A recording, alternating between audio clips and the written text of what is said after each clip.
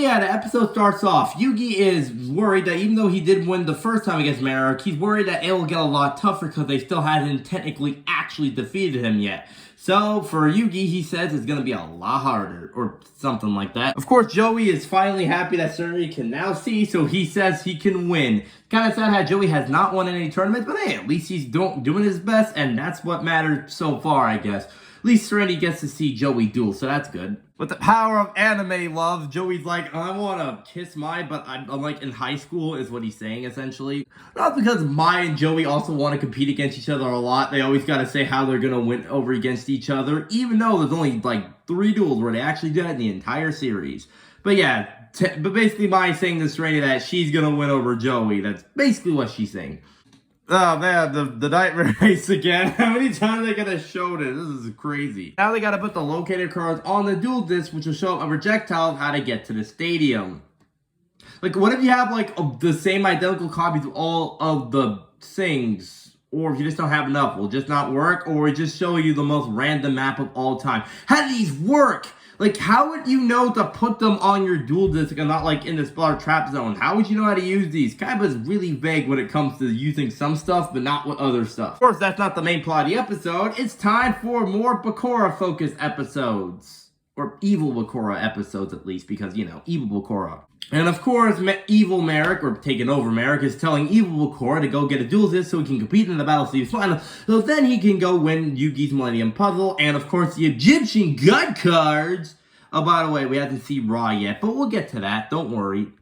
Oh yeah, Grandpa's also here because he went to take Bakura to the hospital.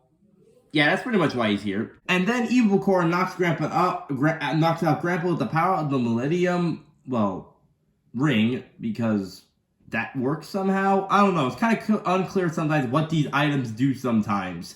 It's like, we kind of need to make something up for this segment, so here we go. Evil Bakura casually robbing someone in an alleyway. Imagine this is later, and it's just regular Bakura, and the same guy's like, hey, give back my stuff. And then regular Bakura's just like, what do you mean, old chap? Yeah, and also proof that evil Bakura is just way too more stronger than actual Bakura and way more threatening. Yes, that is also something. And now he has to go find a bunch of duels more fast before, you know, the quarterfinals is over. Luckily, there's a bunch of 3 certain cheating duelists in the graveyard. I wonder who those could be. Bones and these 2 Nimrods, some of the most worthless characters in the entire show, and I wish would die.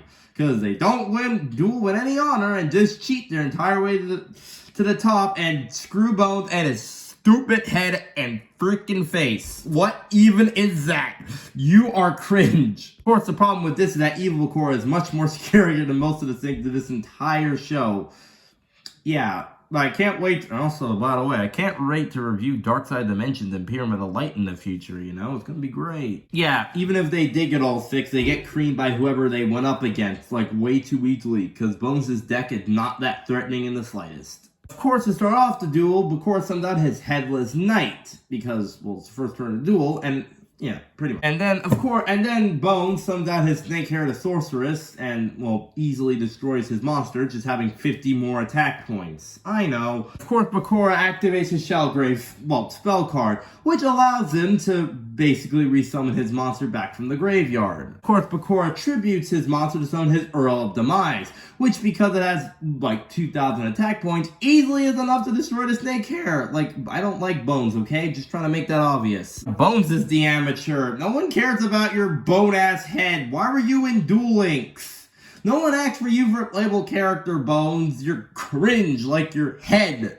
And first he sums out his Dragon Zombie and then plays his Magic Burial card, which brings back its snake hair back from the graveyard. And I can't wait to see the fusion monster it makes, and that doesn't make any sense with the monsters it used. Of course, first he's got to play a certain amount of life points in order to use it, and then he plays Polymerization. I can't wait to see what he gets. For some reason, Snake Hair Lady and Dragon Zombie make this, which doesn't make any sense, but alright.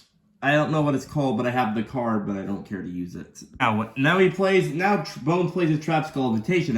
Whenever a card on whoever side of field sent to the graveyard, that opponent takes 500 light points of damage. Of course, because of Skull Invitation, because the Bakura sent every card in his hand to the graveyard, he takes 500 points of damage, which is quite a lot, yes. Then Bakura plays Physical Medium, which for every card that he sends to the graveyard during his turn, his monster. Hold on. For every 500 cards he sends to the graveyard because of this card, his monster gains 500 attack points.